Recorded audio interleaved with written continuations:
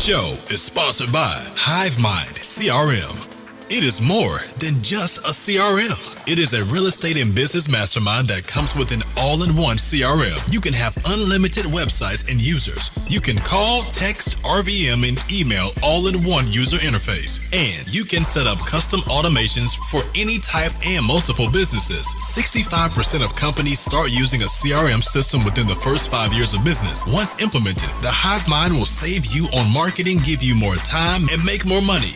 One of our users had his first $100,000 month using our system in June. We want to see you automate and accelerate your business. Text us at 210-972-1842 for future meetings, and of course to get our $1 course on how to make more than 6 figures on one land deal. You can schedule your free demo today at hivemindcrm.io.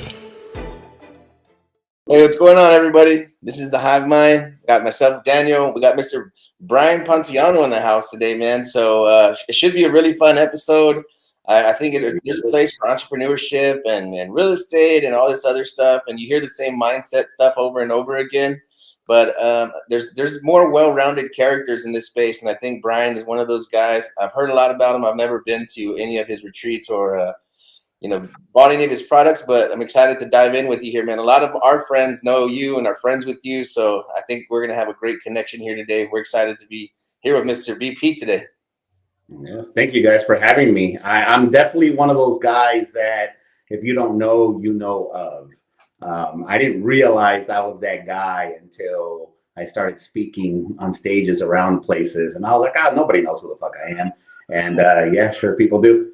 And honestly, this is why I'm very adamant to my students to leverage social media. Very, very adamant to leverage social media, because you may be doing stuff already. How many of you guys are wholesalers or whatever, and you guys are, you're already going to appointments, you're going to title companies, you're checking with contractors, you're going to networking events. Just the simple fact of you taking a picture, taking a video, and posting it on your social media adds so much more credibility. So I didn't realize that was actually happening to me, but I quickly realized the power of social media and how it influences other people. Yeah, man, I started to see you all over the place. It seemed like you popped up in 1 second, and then I just started seeing your posts everywhere. I think since the Phoenix event is when I first really started hearing about you, and with that Carlos Reyes, that show they put on over there, where all the lights went. Yeah, and then from there on out, I felt like, you've been popping up everywhere. Yeah, Carlos is a good friend of mine. He reminded me, I totally forgot about this shit, but he reminded me that he was my first buyer. I was his first buyer. That's what it was. So he had came into the industry. He had, one time he had messaged me out of the blue on Facebook and said, "Hey, bro, I'm starting in the real estate investing. I'm flipping a house. Can you come check it out for me?" So I did, and I went to go check it out, and he was doing a horrible job. Him and Sal were doing a very shitty job. And I was like, you know what, guys? You guys probably shouldn't flip houses, because you guys are horrible at this. You may want to consider like wholesaling or something. So anyway, I was their first buyer. I bought their first deals. I totally forgot about it until Carlos reminded me on this event that I had him come speak at one of my events. So yeah, he's super cool guy. And I hear a lot of good stuff about the Hivemind. So I'm very, very excited to be here. Very excited to share with you guys a little bit about my journey. For you guys that don't know, I am Guatemalan descent. You can see by my jacket over here. This is I got this from the Central Market in Guatemala. Are we? It looks like everything's frozen over here. No, we're good. You're good. Okay. Yeah. All right. Well, we'll continue. I don't know why on my screen my face is frozen, but it doesn't really matter.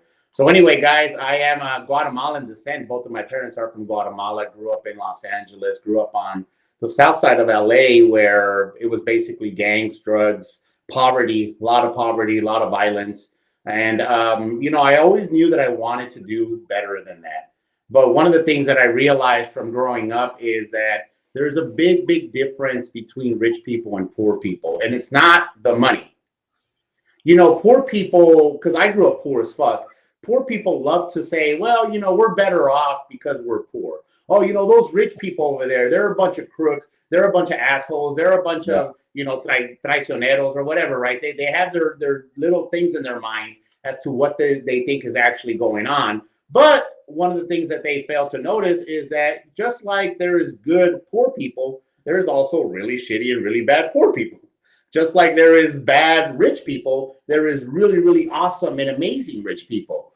So as I started getting into business, as I started networking, I started coming around some of these amazingly cool people. And I started to realize very quickly that my mind was not right.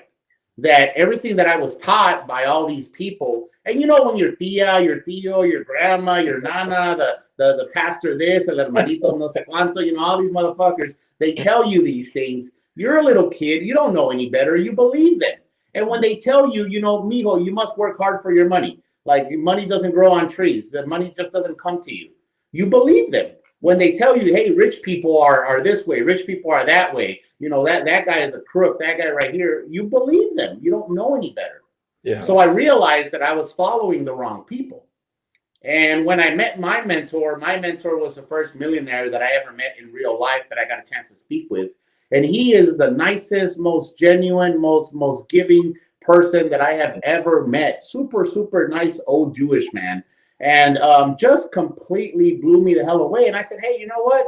There's got to be something here. So what I've realized in business is that everything that stops us from getting to the next level is up here.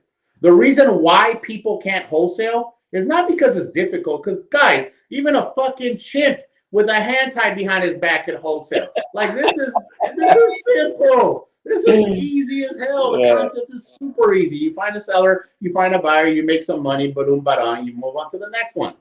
But the reason why most of you can't is because it's in your mind.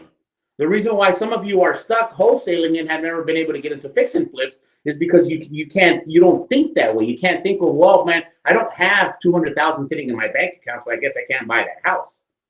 It's a mindset. And I've went through that process throughout my life as I've continued to grow and grow into my business. And I've learned that everything that's stopping me, anything that's getting from where I really want to be is all 100% made up in my head.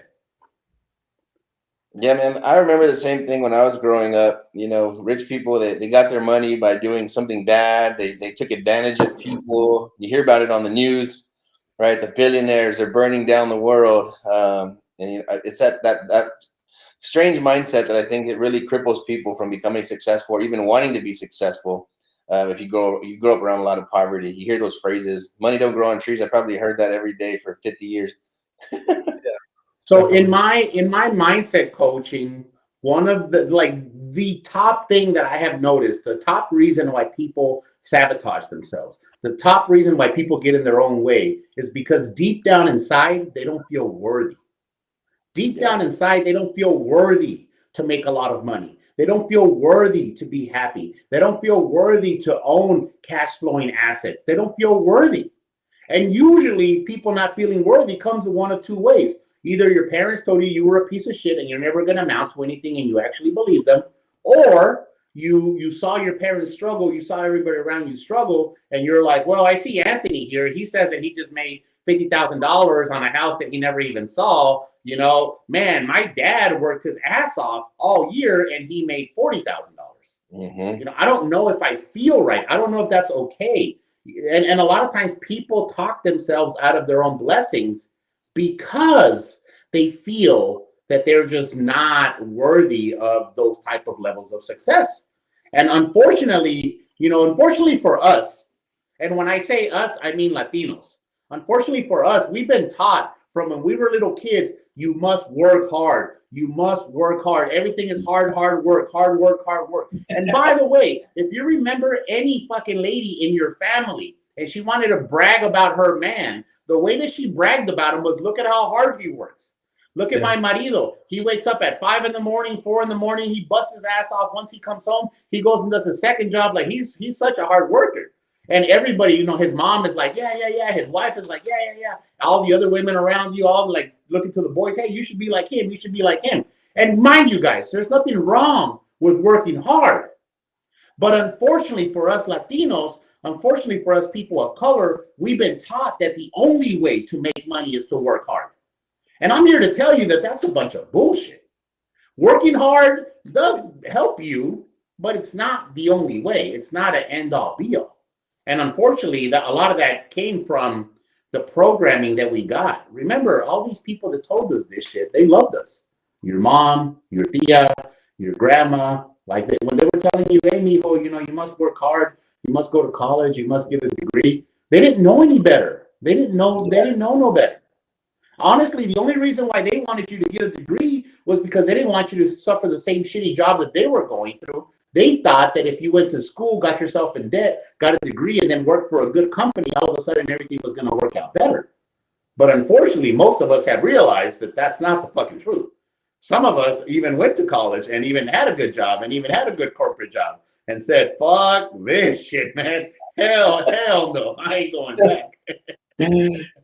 I remember those words from my grandma. She said, mijo, get a job where you're going to get benefits. That's what you need. You need to get a job where you get benefits. Bless her heart, man. She told me in Spanish, you need a job where you get benefits. I'm glad I did not take grandma's advice.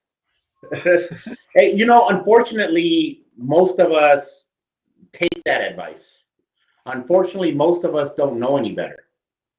Unfortunately, most of us just listen to what they say, especially when we're kids, and we never question that. Mm-hmm. If I tell you right now, hey, Anthony, the only way for you to make money is to go get a job, you're going to be like, yeah, no. Because you've been exposed to new information. You're at an age now where you can reason and you can be like, well, I know this one guy here and I know this other guy here and I took this one course here and I did these, I have these past experiences. But when you're a little kid, you don't have any of that.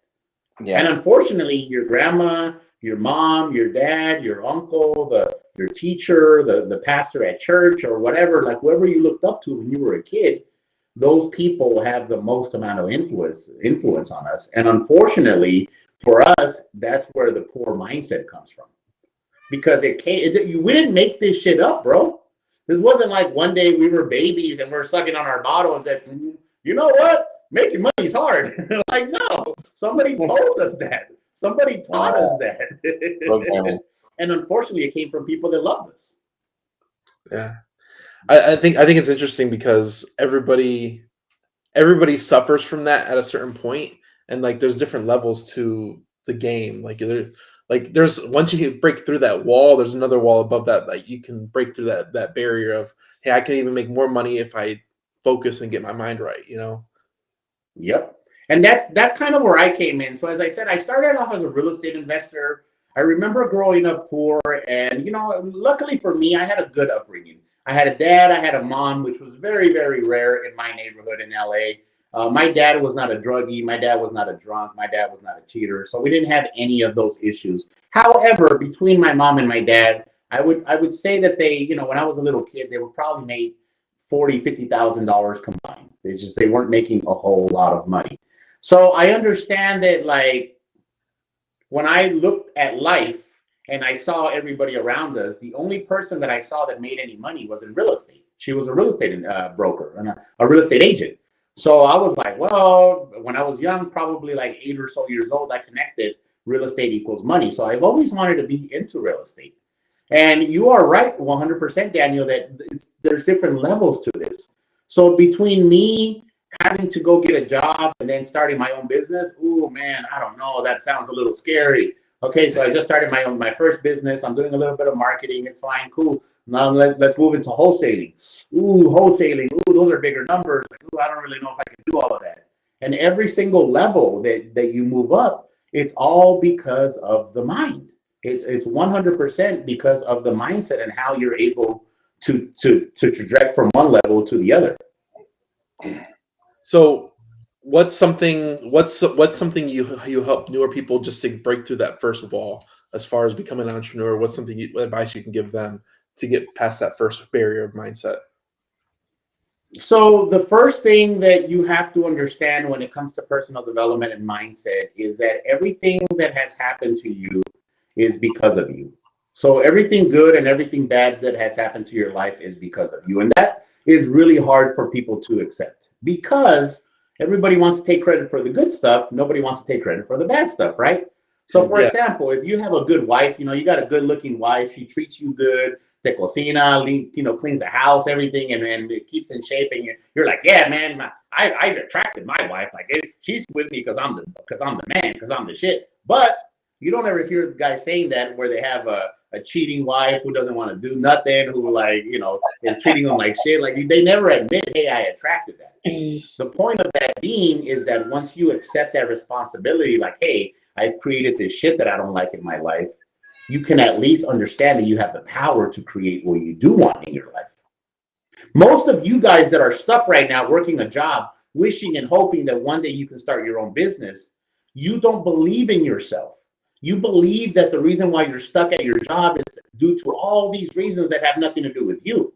However, as hard as it may be, if you take personal responsibility first and understand, hey, if I created this shitty existence, that means that I have the power to create a much better existence. And that's where the mindset comes in. Understanding that if you are in a situation that you don't want, that you don't like, you have done things, you have made choices, you have accepted things in your life that have brought you to this point. However, you also have the power from right now, from this particular minute, right now, to change and say, no longer am I accepting this. No longer am I okay with this. No longer do I know for a fact that I deserve way better than to be treated like a 5-year-old and having to go to this call center every fucking day. And that's really the first step for people understanding that if you have the power to create a shitty existence, you also have the power to create a much better one. But unfortunately, as I said, that comes with you having to first accept that whatever existence you have that you don't like, whatever's happening in your life that you don't like, you created it. You've accepted it. You brought it into your life in one way or the other. Yeah, there's a famous book that says that you have to die unto this world to move into the next. Yes. And yeah, that's pretty much. I think it can be jarring. It could be like losing somebody you really love. It could be something very traumatic. Something that happens bad in your life before you realize, when everything's spinning out of control and it crashes down, you say, you know what, from here I can be born again. I can do something new from this point forward. And so I guess from your perspective, it doesn't necessarily have to come to that, right? There's different things that we could do to go in now and start the journey inward today without having to wait for things to spiral out of control. So the reality is, it doesn't have to come. Well, honestly, it doesn't have to come to that. The reality is that for most of us, because we're so fucking hard-headed and we don't learn any other way, your mom's like, don't touch the stove, and you're like, okay. I remember the day I did it. I was probably 2 or 3 because I couldn't see on top of the stove, and it was my cousin. He's like, don't touch it. I think he was making popcorn. He's like, don't touch it, it's hot. And I still was reaching up like that to try to get the popcorn, and boom, oh, hot.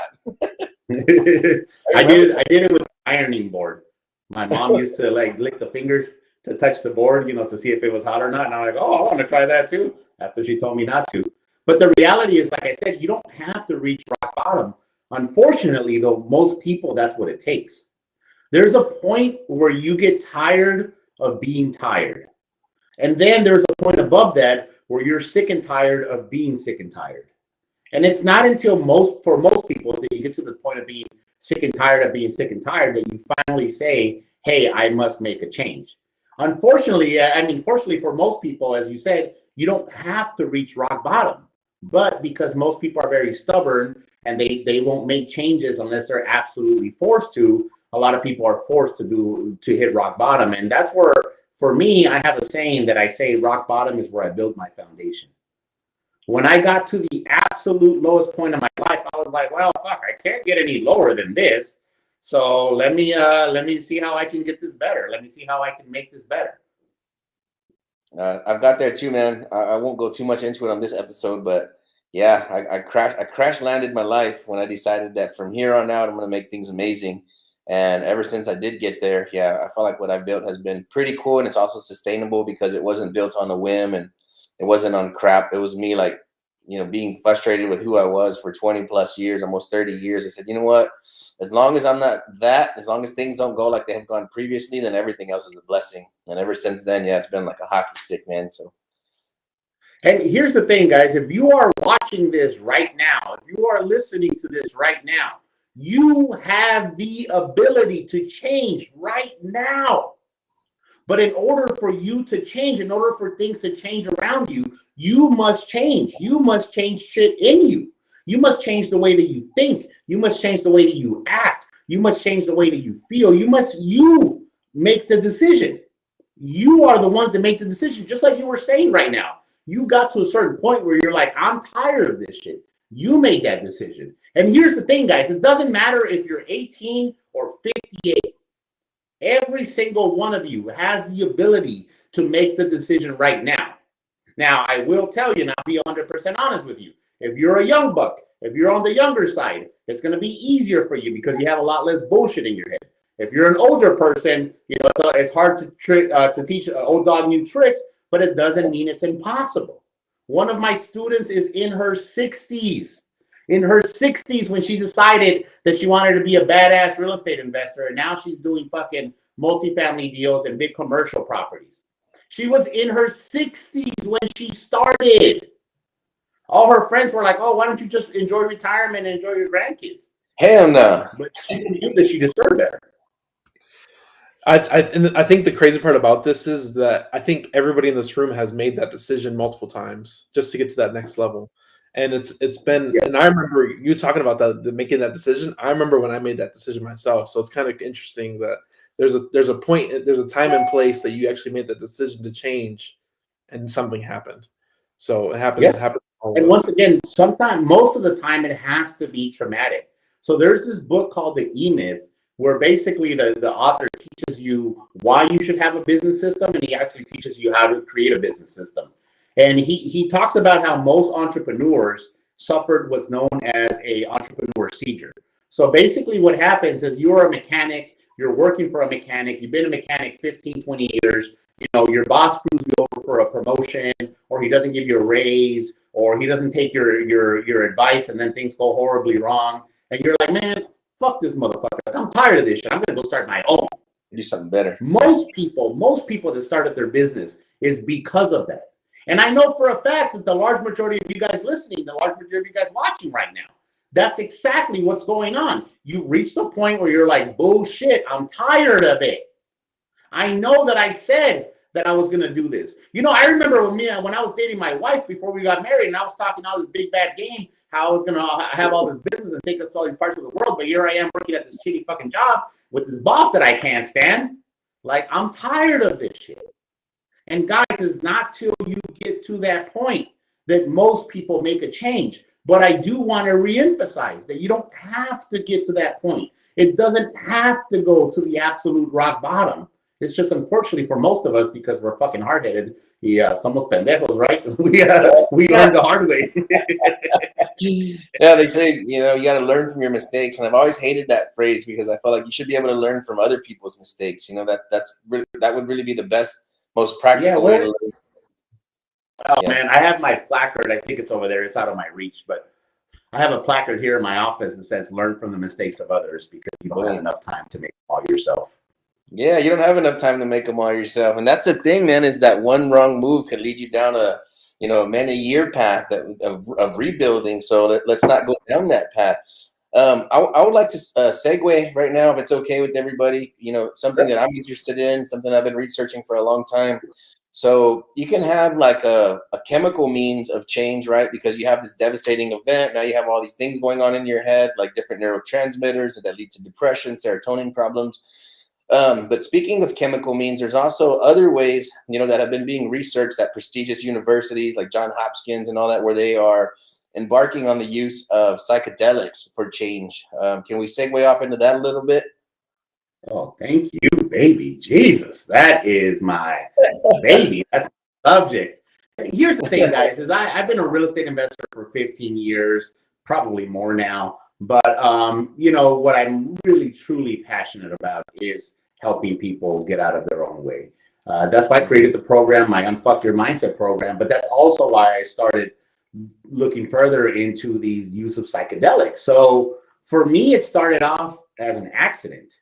I had taken them a few times in my early 20s to party. You know, somebody was like, oh, let's have some magic mushrooms. So I took them and it was fun. Anyway, a few years ago, my dad passed away. It was about 6, 7 years ago, my dad passed away. And I was busy running a big business. I was busy running a bunch of flips. I was busy taking care of everything, paying for everything, where I just didn't have the luxury. That's what I told myself. I didn't have the luxury to like deal with my dad's passing. Well, anyway, somebody had given me some mushrooms. I'm like, man, I'm going to take these things. I'm going to go to the concert and really enjoy myself. So I took them, and that's not what happened. What ended up happening was all this stuff that I had repressed from my dad passing away started coming out. Now, I had no idea what I was doing. I had no idea what was happening. I was going through this crazy experience. So the next day I called a good friend and I said, hey, man, you know, I took these things and they did this stuff. And she's like, oh my God, yeah. Like me and my people, we've been doing this for many years and we call it medicine. Like we never even use it for recreational purposes. Yeah. So I started doing a lot more research and I came across a lot of the stuff that you said recently. So in the 40s and 50s, even earlier than that, the US government had done quite a few experiments with psilocybin mushrooms, particularly psilocybin and LSD. And they had found out really what they were doing. And you know, the government, they're fucking assholes, but really what they were doing is they were seeing if that chemical would unlock psychic powers in people. They were hoping to create a fucking super. And if you don't believe me, look that shit up. Anyway, they had found out all these benefits from the medicine, right? Well, the war on drugs started in the 60s, which really was a way to combat hippiness. There's a lot of recordings and stuff where there's a lot of racial undertones as to why there was a war on drugs, why marijuana, which I'm smoking right now, is illegal, why the psilocybin, the mushrooms and stuff like that became illegal. And what's crazy is that they categorize these things with the same issues as like crack cocaine, methamphetamine, heroin. Yeah, threw it all in the same locker.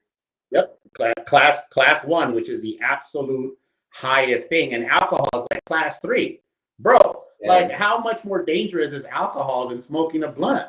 But nonetheless, though, this was part of the whole government thing, right? They repressed that thing. So because they made it illegal and they made it a class 1 felony, even as a scientist, it was very hard for you to get access to this medicine.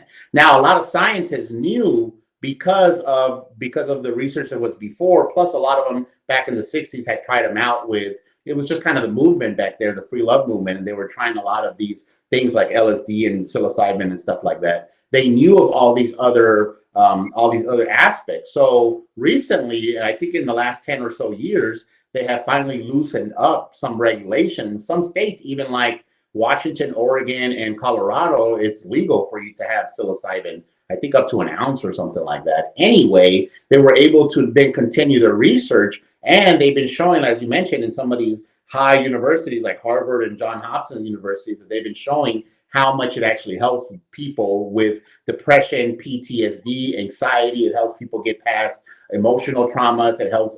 There was a study that I read, and it said something along the lines of 1 psilocybin session equals 150 or so regular sessions with a therapist.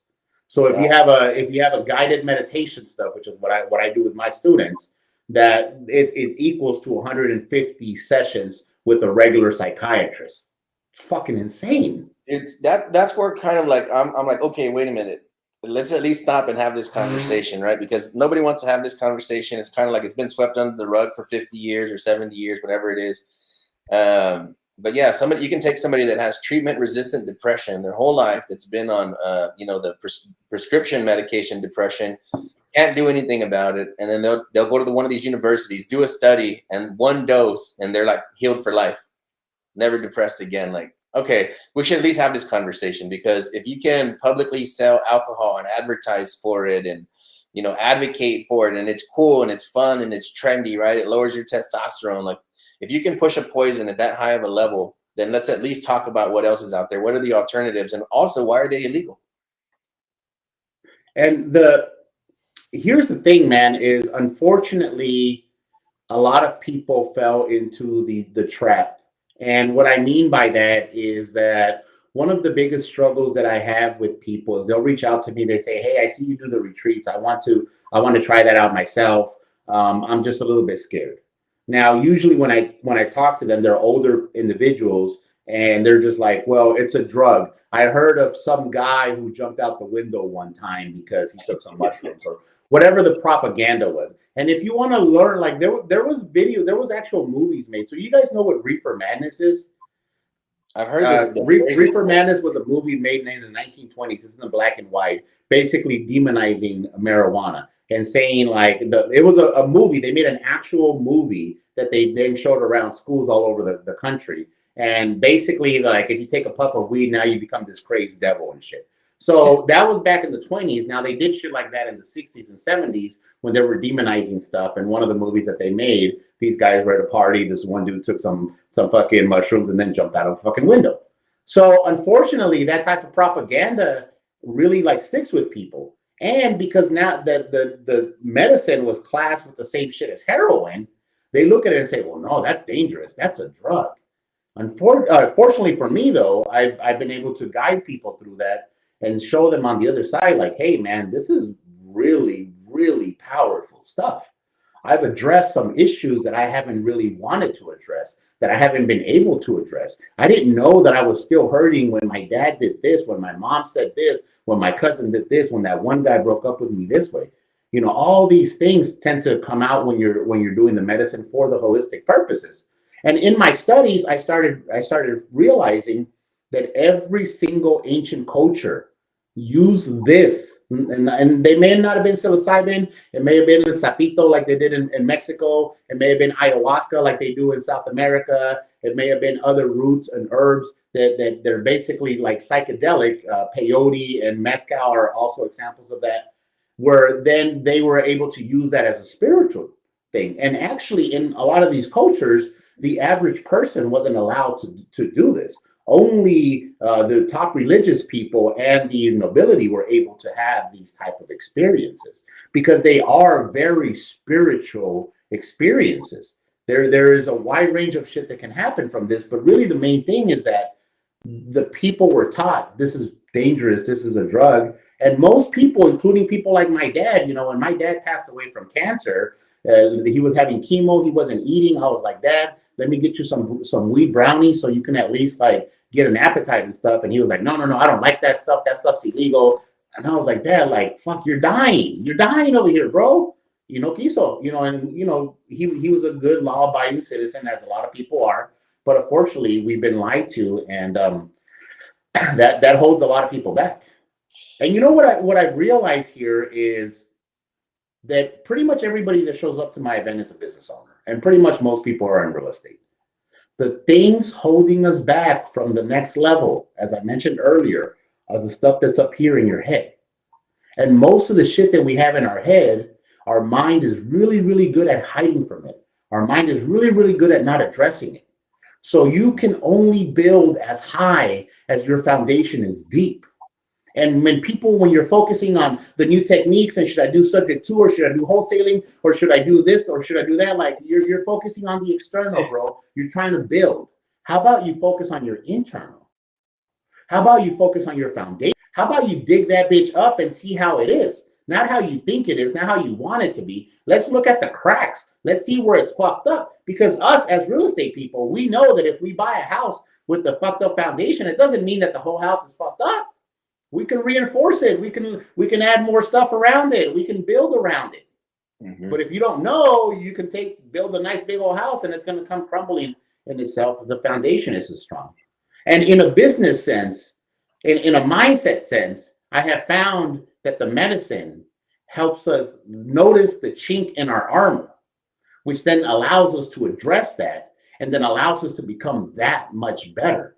And not just business people, but all around people. Happiness, better parent, better lover, better husband, better wife, better son. All these things, the medicine helps with that. And that's been my experience and the experience of my students. Yeah, man, very interesting to say the least, like I said. And then if anybody wants to have a counter argument against this, and like you said, like say, hey, well, it's a class 1 illegal drug. But again, it's like, for me, then please classify alcohol in that same, same class of drugs, because that's more detrimental. That's more dangerous than anything. I hope we're classifying Tylenol and aspirin and these prescription medications for depression and all this other crap that they're pumping into us. And what is that? Is that high and mighty? Is that the new standard? And unfortunately, as you're saying it here, I mean, we all know the reason why. We all know that the pharmaceutical companies lobby the politicians. That's the reason why they keep this type of stuff illegal. Even now where they've passed it in different states, and it's been years since it's passed, the crime rates haven't gone up. A lot of the usage in teenagers has actually gone down instead of up, and all these things that they were afraid of. And it's still illegal because they're still pushing that bullshit. I will tell you this, look, guys, I'm not an advocate in the sense that I'm trying to tell you that this is what you should do. I'm an advocate in the sense that it's worked for me and the people that have come to me for that journey. A lot of times people like to ask me, hey, is there other ways to do it? Like, I would love to get those results that you talk about, but I just don't want to take that medicine. It scares me. I don't like it. It's illegal, whatever. And I tell people, you can, like, through a lot of really, really tough and long meditation, you can get there. But it's so fucking hard. And most people just don't have the mental grit to get there without the assistance of these other things. Because in my experience, the medicine kind of kicks you in the ass, pushes you through the door and says, go face that shit, whether you like to or not. It puts it right in front of your face, and it allows you to face it. And I'm telling this, and some of you guys may be like, oh man, I don't know, that's a little bit scary. But really understand this. How you do anything is how you do anything. How you do anything is how you do everything, I mean. The way that you do one thing in your life is the way that you'll do one thing in another aspect of your life. And if you are tired or scared, or if you're scared of tackling your demons, you're going to be scared of leveling up. Growing your business past a certain point is going to be scary. Making money past a certain point is going to be scary. It's going to be tough. A lot of times, as I said, we're taught this bullshit from our parents because that was their reality. Hey, mijo, you must work hard for your money. And you believe that, which means you will always be working hard for your money. You can never get that unless you tackle those demons that put those stuff inside. And in my experience, I mean, honestly, it's been one of the best tools in my mindset arsenal, in my mindset toolbox, to really making myself the way that I am. You guys have heard about me, right? Some of you guys watching this have met me in real life. I know that a lot of people in the Hive Minds are also in the Unfuck Your Mindset community. I am genuinely one of the happiest motherfuckers you will ever meet in your life. Not a fake happy, not an Instagram happy, not like any. No, I'm talking about I'm a truly, genuinely happy motherfucker. And things just happen around me all the time. Money just flows to me without effort. Good shit just always happens to me all the time. And if you have ever spent any time with me, you know that what I'm saying is true. The reason why I'm like this, though, is because I've been able to tackle those demons. I've been able to do the hard work. And, we as real estate investors and as business people, we love to focus on the how. But I decided that I'm not going to show people how to make money in real estate because there's a shitload of people that can show you that. I'm going to show you how to make yourself better. Because if you are this cup right here, you can only hold as much tea as I'm willing, as your cup allows. This tea represents the universe. This tea represents God and his blessings. It can pour on you relentlessly, but your cup is going to determine how much you're able to hold on. And your cup is yourself. So if you don't like the psychedelics, then do other things that will help you develop, that will help you get past your limits. But in my experience, that's been one of the best ways. And I now truly understand why ancient cultures use this. Every single ancient culture used some type of form of psychedelic because the chemical release in your brain and how it just helps you address these issues. And it just really just helps in so much fucking things has been just incredibly amazing to me.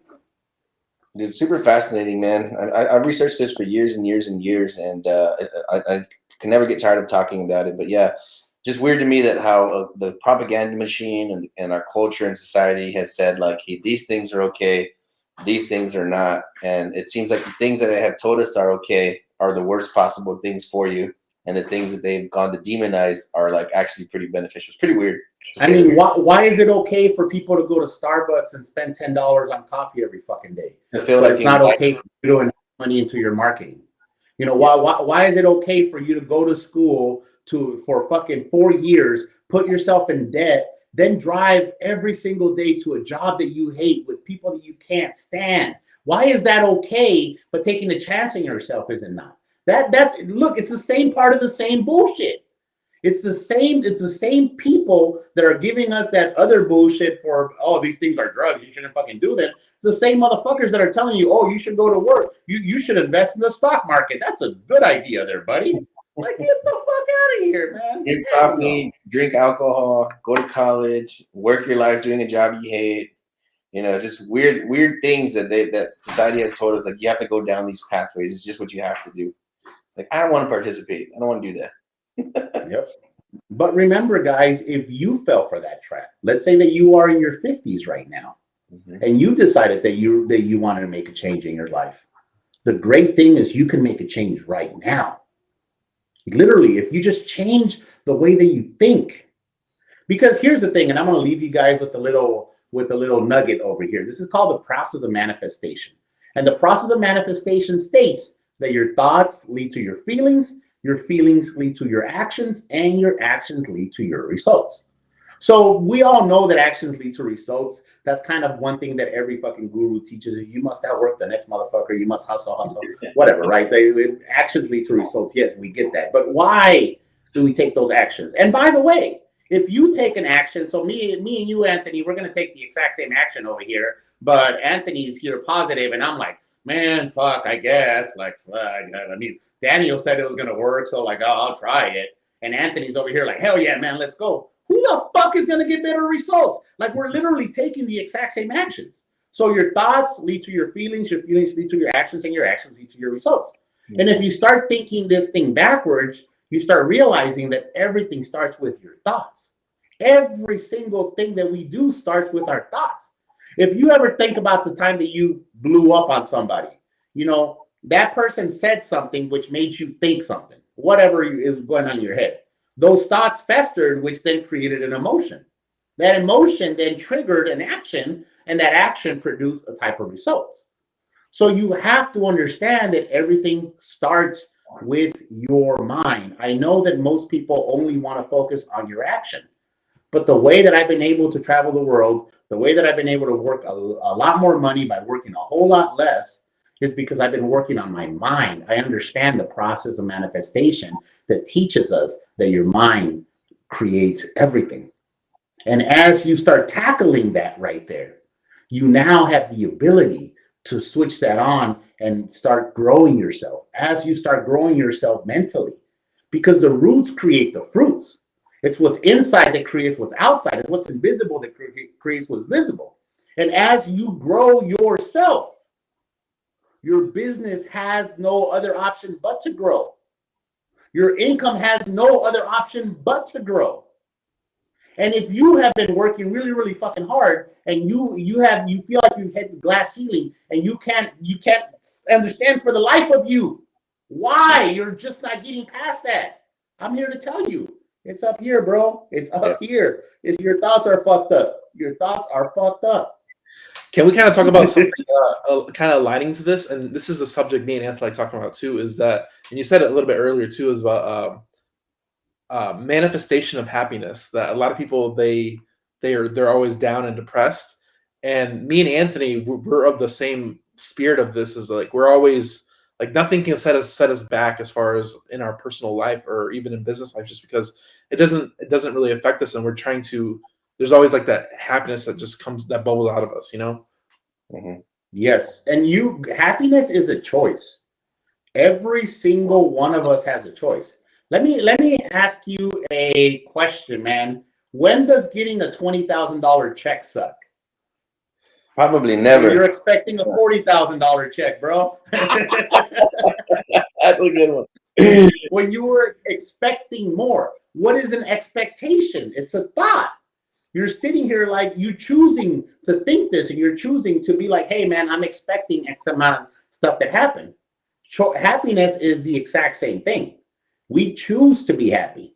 You know, if somebody cuts us off in the freeway, we can choose to let that affect us. We can choose to get angry. We can choose to let her fester. We can choose to let that create emotions. We can choose to action and say, motherfucker, ha, ha, ha, ha. Or you can choose to be like, oh man, that mother, he's probably busy or something. Yeah. It's a choice. It's a choice. Yeah, and I agree 100%. You know, I have what's known as an unstoppable mindset. So it doesn't really matter what I do. Like, I'm not going to get stopped. It doesn't matter how bad something goes. Like, even if I get depressed for a minute, I'll blah, blah, blah, blah, blah, shake it off, and it's all good, bro. So this is a crazy conversation, because me and Anthony are. I think I'm getting this vibe that you're the same as us. Is that we're at such a high state of happiness that we now try and push our happiness on others. Yeah. Yes. Now I'm one stage above that, meaning that I've learned not to push my happiness on others. I've learned that happiness is very contagious.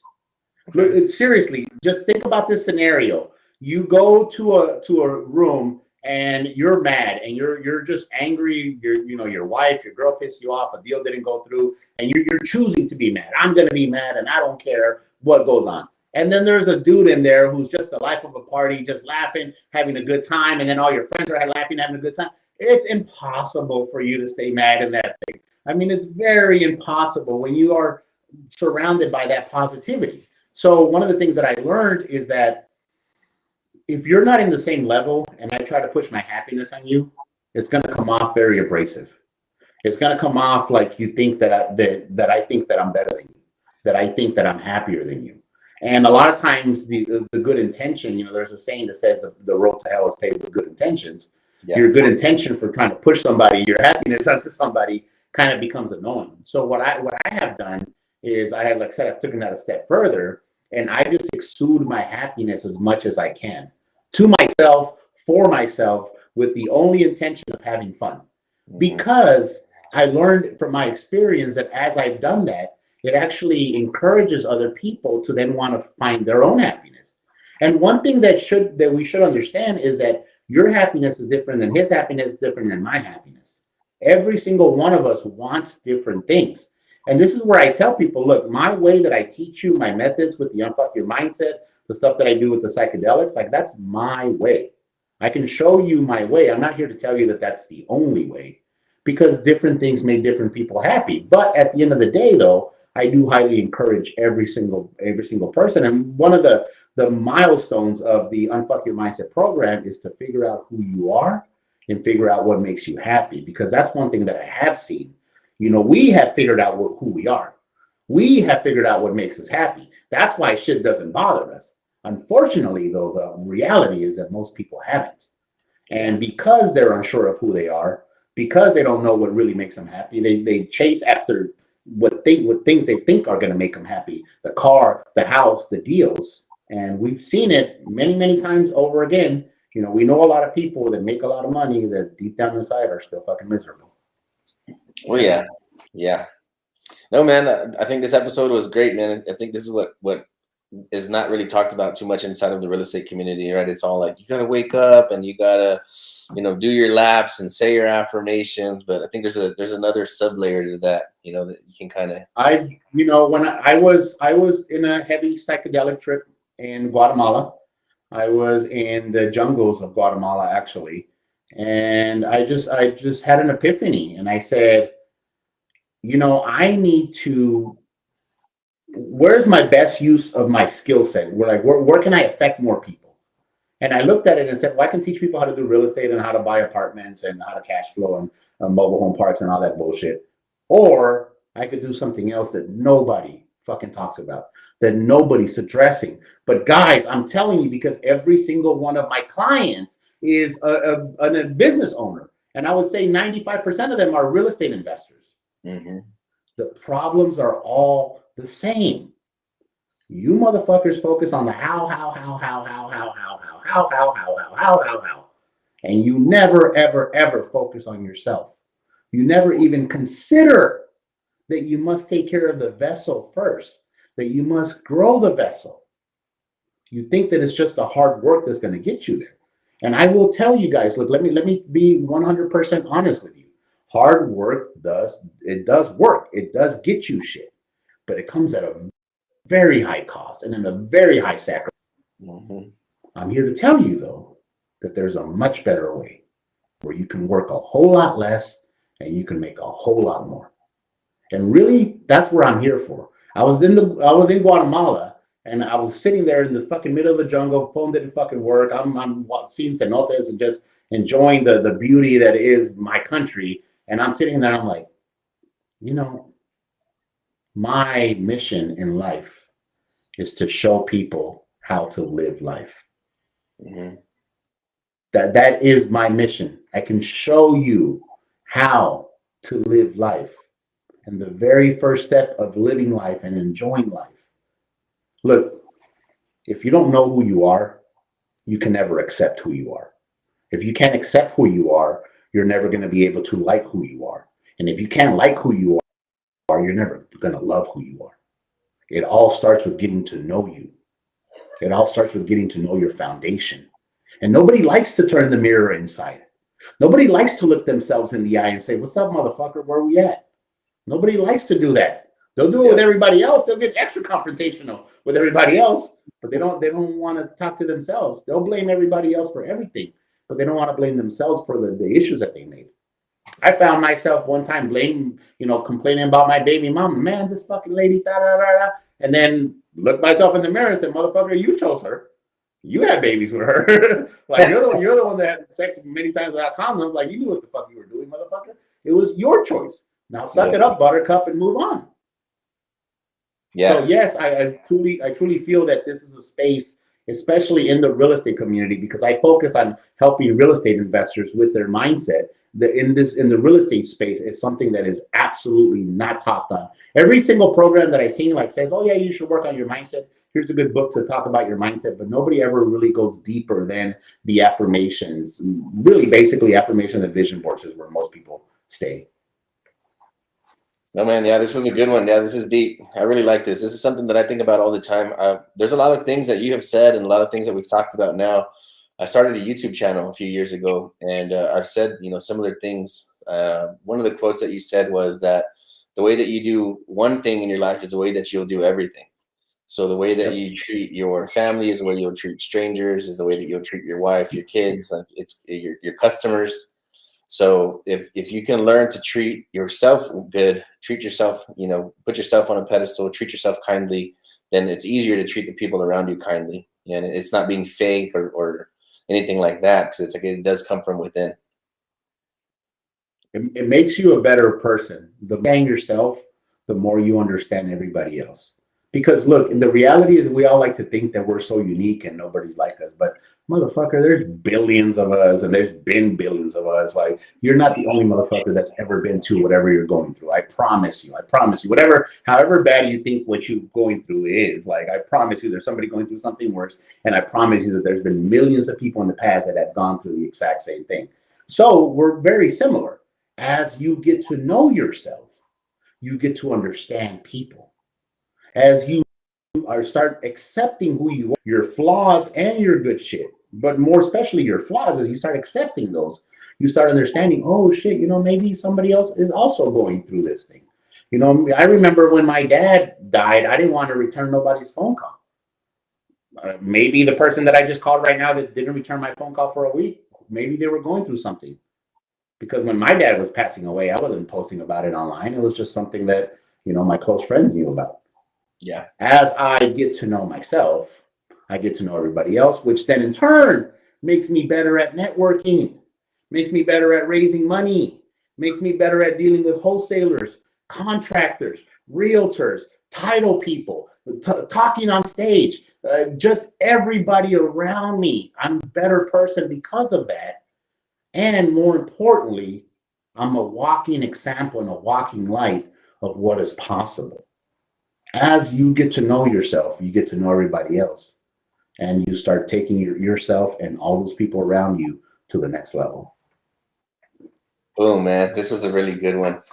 Yeah, I feel like that. I think that's what Daniel was kind of alluding to, is like every time I level up, you do want to share it with the people around you. You want to show them like, hey, there's a cooler way, there's a better way. Sometimes it's about, meditating, fasting, nutrition, exercise, whatever it is. Like, let me help you out, guys, the same way that my mentor helped me out. So I met my mentor, the old Jewish guy. His name is Jeff Fagan. He was having these meetups, this 2% club meetups. It was Tuesday morning for 90 minutes. Anyway, I showed up the first week and I'm like, man, bro, this information is this shit. Like, oh my, it makes total sense. Yeah, your mind. It all starts in your mind. Like, it makes total sense, bro. Like, man, Jeff, I got a brother at home, man. My brother, me and him are like close, 11 months apart. We shared a room together. Like, we're cool, like, whatever. Like, I really, really want to help him out. I believe that he could really, really do this. How can I help him? And Jeff said, he told me, he said, you can't. Mm-hmm. He said, the best thing you can do is lead by example. And if he is curious, he will reach out to you.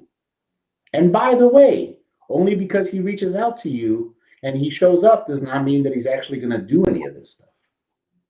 And I was like, oh, cool, Jeff, thank you. So I went home and I told my brother, hey, bro, you should check out this shit, bro. Like, this is so fucking cool. And he looked at me, he was like, hell no, man, I don't want anything to do with that. Like, that shit sounds crazy. The mind and stuff, like manifestation, that sounds fucking stupid, bro.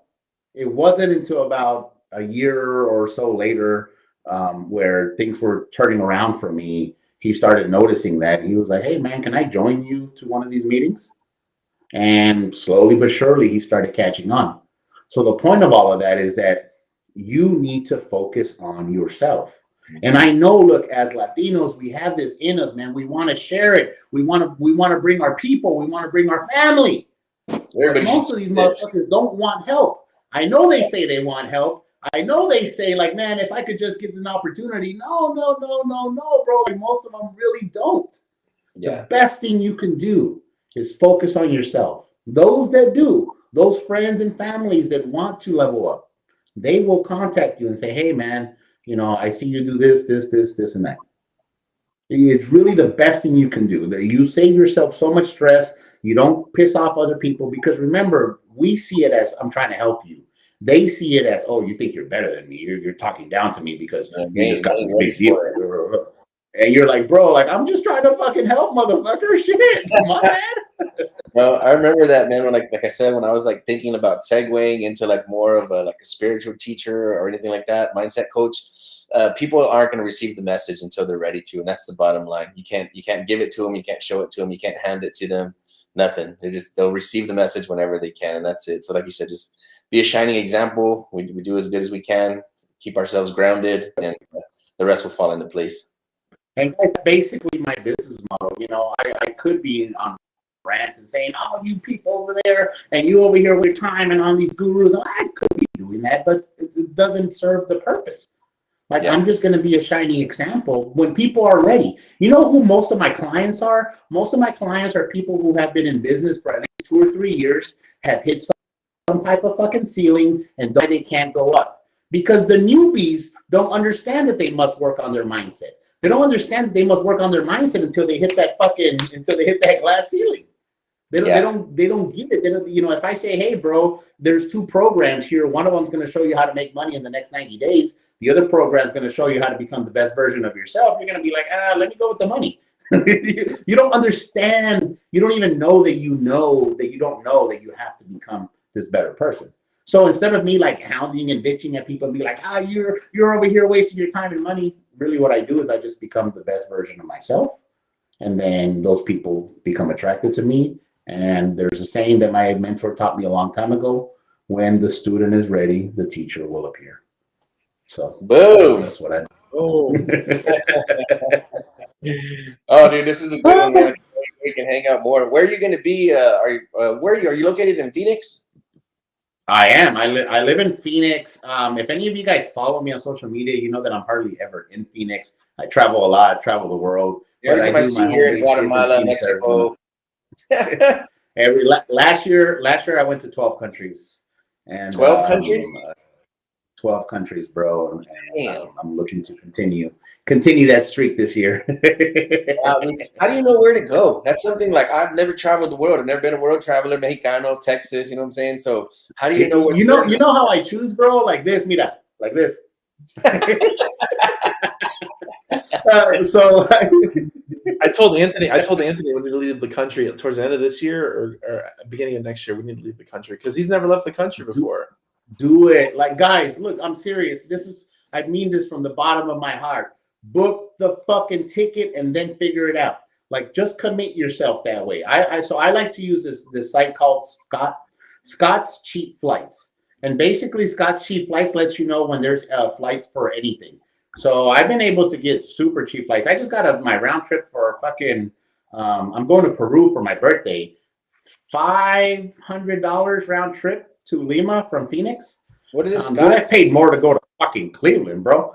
Anyway, I say this because that's how I choose. Like, whenever they have a sale, I'm like, bam, there we go, boom, I'm going there, and then I just figure out a way. I don't think about it. If I think about it, if I plan it, it's just never going to happen. Especially for people like us, for you motherfuckers. You know, you guys are like, oh, I'm busy. I got this commitment. I got that commitment. But you have to put yourself first, guys. And really, when people say, hey, well, how did you travel to Africa? I booked the fucking ticket, and then I got on the plane, and I showed up over there. How did you make it to Pakistan? I booked the ticket, I applied for the visa, and then I figured it out while I was over there. Like, I don't really think about it because I learned myself, and I know that a lot of people are also like this. The more that I think about it, the more chances I have to talk myself out of it. The more chances it's never going to happen. I kept on saying for many years, oh, one of these years I'm going to go. One of these days I'm going to go. I just got tired of it. I got sick and tired of being sick and tired, bro. I got sick and tired of seeing these travel bloggers on Facebook go to all these places, and I'm not going. And I said, no, Babosadas, like, bullshit. I'm going. And I decided, like, I'm going to go. 2019, I traveled a lot through Asia. I said last year I went to Africa a few times. I went to the Middle East. I went to Dubai and shit, and like just had a fucking blast out there. And every single one of these things was because I decided like I'm gonna do it. So honestly, not just for you, but the audience, guys. Traveling. So remember how I said psychedelics was like one of the best tools in my toolbox? Traveling is like right up there, bro. Wow. You motherfuckers think I just traveled to go see nice shit, but you have no fucking idea what the fuck I'm cooking, bro. I've been meeting with the fucking Minister of Labor in Uganda and shit, bro. I'm thinking, I was hanging out with this super successful meat processor over in Pakistan and shit. So I'm looking to take his techniques over to Uganda and start doing all this stuff with the Minister of Labor. It looks like I'm just out here, traveling and taking, but what I'm really doing is I'm getting to know myself. When I go to a country that I don't know anybody and I don't know the language, you are forced to find out who you are. It's another extreme level of getting to know who you are. You just throw yourself in those situations. And trust me, you are way stronger and way more resourceful than you give yourself credit for. And that goes for every single one of you motherfuckers out there. The way that you test yourself, the way that you do anything is how you do everything, right? So if you guys have been putting off this stuff, man, that means that you're putting off a lot of other shit about your own person shit. And remember, guys, you can't be leaders. You can't be leaders if you're not good, if you're empty. You're doing a disfavor to your students by not being the best version of yourself. And this is where I always put myself first. And my students completely understand, like, not only is he doing it, but that's what I need to be doing. And that's where, like, I mean, if y'all seen Alma Flores and her rise in fucking 2021 from when we met up in January to the whole year, like, that was an example of putting yourself first and what that does for yourself and your business. Yeah, we love Alma, man. Alma's a great story, and she's a great person. Yeah, she's amazing. Yes, and if you guys there in the Hivemind, if you haven't reached out to her, please reach out to her. One of the coolest humans that I know. But seriously, as I said, when I said, hey, you need to start putting yourself first, that's when things really started coming to fruition. And honestly, guys, as you work on yourself, as you grow your cup, you'll be able to fill that cup up with more and be able to help that much more people. So seriously, I know that most of us like to make excuses, but stop making excuses. Start traveling the world. The world is amazing. Tomorrow's not promised. Nothing is guaranteed. Like, fuck all that. Why am I going to trade happiness, guaranteed happiness today, for potential happiness in the future? Like, no. Not falling for that. We ain't doing that, because I don't even know if I'm going to get to the future, you know? So how about we take care of happiness right now? Dude, this episode was amazing, man. We hit the hour mark, dude. VP, you did not disappoint, brother.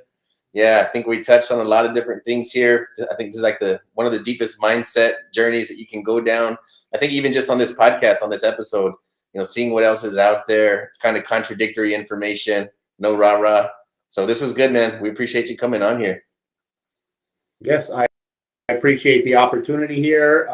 Guys, reach out to me on Instagram at Cashflow Creator. You can follow me, follow my stories. I tend to share everything from my life, so in regards to my travels and my business stuff and everything. So I'm usually very active on there. So at Cashflow Creator. And if you guys are interested in learning a little bit more about the Unfuck Your Mindset community, you can go to unfuckyourmindset.com. What I'm doing right now is I'm having a special sale for people. So for you Hive people, there's a special sale going on right now, unfuckyourmindset.com. And basically the program is just specifically about getting yourself and becoming a better person. But I do appreciate the fuck out of you guys here. I do appreciate the opportunity to share with you and your audience, because I do know when I share what I share, it's a topic that's not very much touched upon, but is ridiculously important. So my goal is to bring a little bit more light into that and to show people what is possible. The old way works, but it's not the only way.